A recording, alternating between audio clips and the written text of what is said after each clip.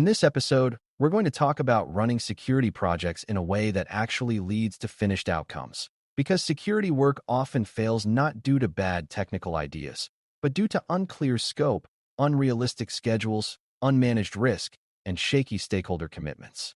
Beginners sometimes think a security project is just choosing a control and implementing it, like turning on a setting or buying a tool. In reality, most security projects are change projects, meaning they affect people, processes, budgets, and priorities across teams.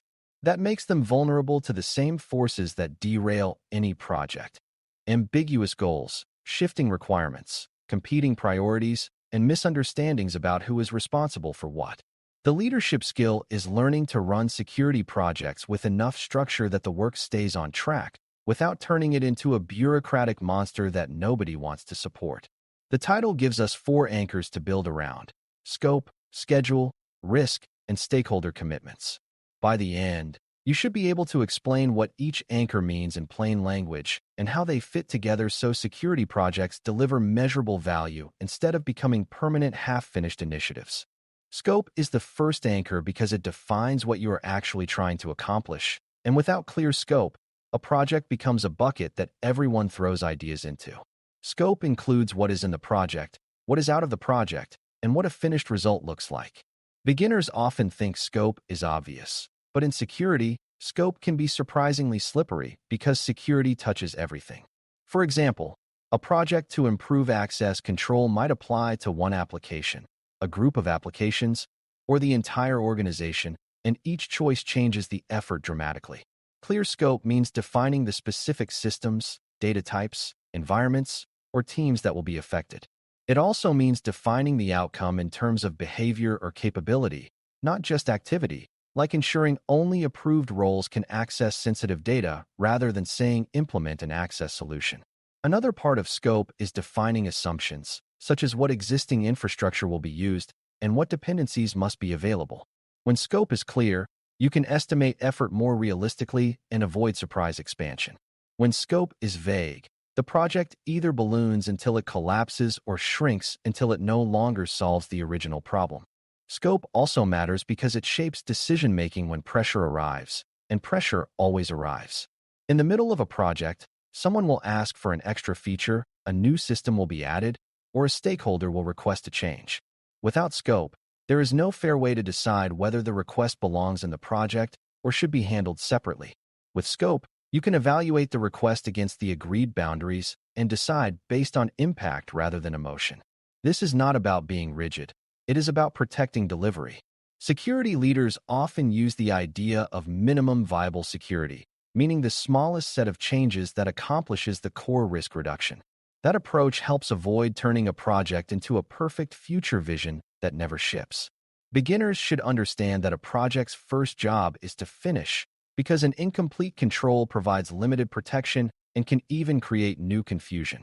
Scope clarity supports finishing by preventing the project from being pulled in too many directions at once. Schedule is the second anchor because security projects compete for time and attention, and time is a limited resource. A schedule is not just a calendar. It is a plan for sequencing work, aligning dependencies, and establishing when decisions must be made. Beginners sometimes assume schedule is simply picking a deadline, but a strong schedule includes milestones, checkpoints, and a realistic understanding of what tasks must happen first. For example, if a project depends on access from another team or a vendor, the schedule must account for that timeline. If a project requires changes to multiple systems, the schedule must account for testing and coordination windows. A schedule also creates urgency and focus, which is useful because security work can otherwise be endlessly postponed in favor of more visible product work. At the same time, unrealistic schedules can be damaging because they force shortcuts that undermine security outcomes. The leader's job is to create a schedule that is challenging but credible, so teams can commit without feeling set up to fail. A schedule also supports communication, because stakeholders often judge project health based on whether it is moving predictably. When you have clear milestones, you can report progress in a way that is understandable, like saying identity changes are complete and the pilot group is underway rather than saying the team is working hard. Milestones also help detect drift early, because if a milestone is missed, you can investigate why and adjust. In security projects, schedule risk often comes from hidden complexity, like legacy systems, undocumented workflows, or unclear ownership of a component. This is why early discovery work matters, because it reduces schedule surprises. Another schedule concept is the idea of sequencing for value, meaning you try to deliver meaningful risk reduction as early as possible instead of waiting until the end for all benefits. For beginners, the key lesson is that schedule is a risk management tool, not just a time constraint, because it influences the quality of decisions and the ability to maintain stakeholder support. Risk is the third anchor, and here risk is about the project itself, not just the security threat you are trying to reduce. Project risk includes anything that could prevent the project from delivering on time, within scope, and with the intended outcomes. This might include technical risks, like integration complexity, and organizational risks, like lack of resources or competing priorities. It can also include adoption risks, like users refusing a change or teams finding workarounds. A mature leader identifies project risks early, communicates them clearly, and creates mitigation plans rather than hoping they never happen. For example, if a project depends on a new vendor capability, the risk might be that the capability is delayed, and the mitigation might be to define a fallback approach. If the risk is that a legacy system cannot support a new control, the mitigation might be to segment that system or restrict its access while planning a longer-term replacement. Risk management is not pessimism, it is realism. Beginners should see that project risk is about being prepared, because surprises are inevitable, but chaos is optional. Managing project risk also involves understanding how security risk and project risk interact, because sometimes reducing security risk increases project risk, and leaders must balance. For instance, adding multiple approval steps can reduce the chance of misconfiguration, but might slow delivery and frustrate teams, increasing the risk of bypass. Requiring extensive testing can improve reliability, but might push timelines out and reduce stakeholder patience. Good leadership makes these trade-offs explicit and chooses mitigation strategies that preserve outcomes without wrecking momentum. Another part of project risk is dependency risk, which is the risk that other teams or systems will not be ready when you need them. Security projects often rely on infrastructure, identity, network, or application teams, and those teams have their own priorities. Dependency risk is managed through early engagement, clear asks, and agreements on timelines. It is also managed by keeping the project scope realistic, because the more dependencies you add, the more fragile the schedule becomes. For beginners, the key idea is that risk management is continuous, not a one-time checklist, because risks change as the project progresses. Stakeholder commitments are the fourth anchor, and they are often the deciding factor in whether security projects succeed. A stakeholder is anyone affected by the project or anyone who can influence it, such as leadership, IT, engineering, legal, operations, and end users. Commitments are the agreements stakeholders make about resources, timelines, responsibilities, and decisions. Beginners sometimes think stakeholders are simply people to inform, but stakeholders are also people who must actively support the change. If an application team will need to modify their system, they must commit to doing that work.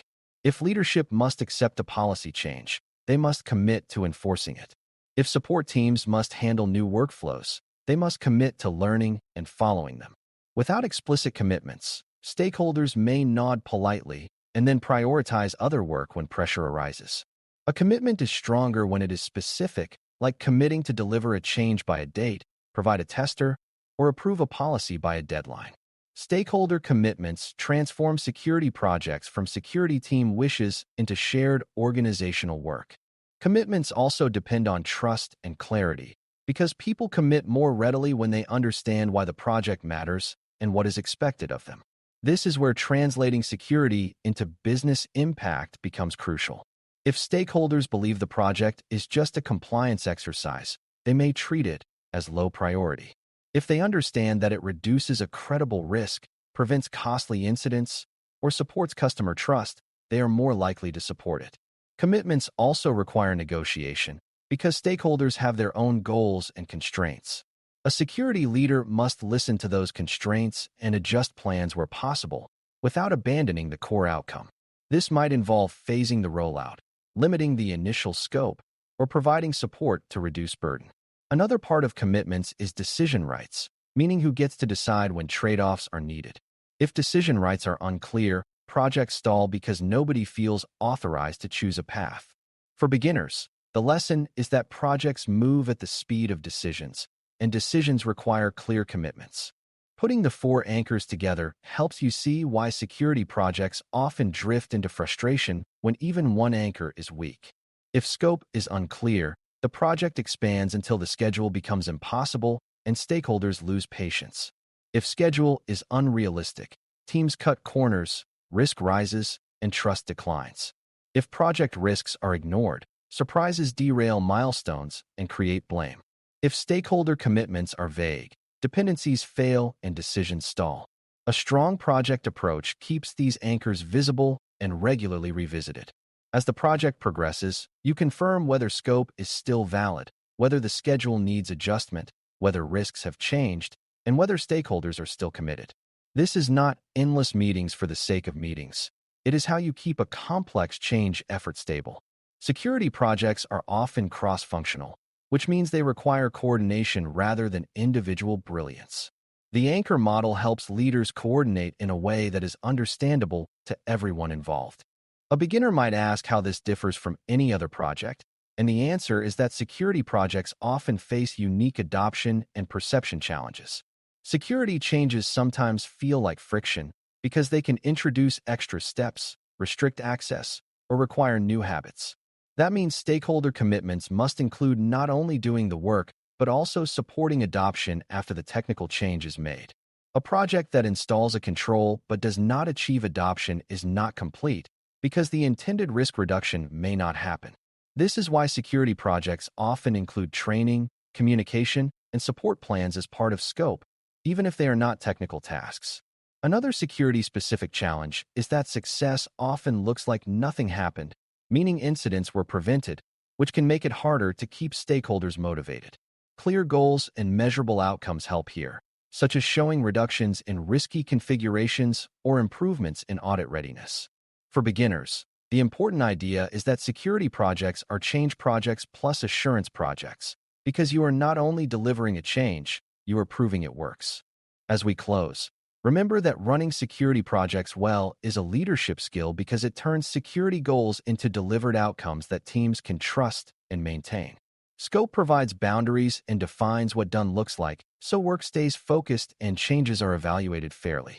Schedule turns effort into a credible plan with milestones that support coordination, early value delivery, and honest progress reporting. Project risk management identifies what could derail delivery and creates mitigations so surprises do not become disasters.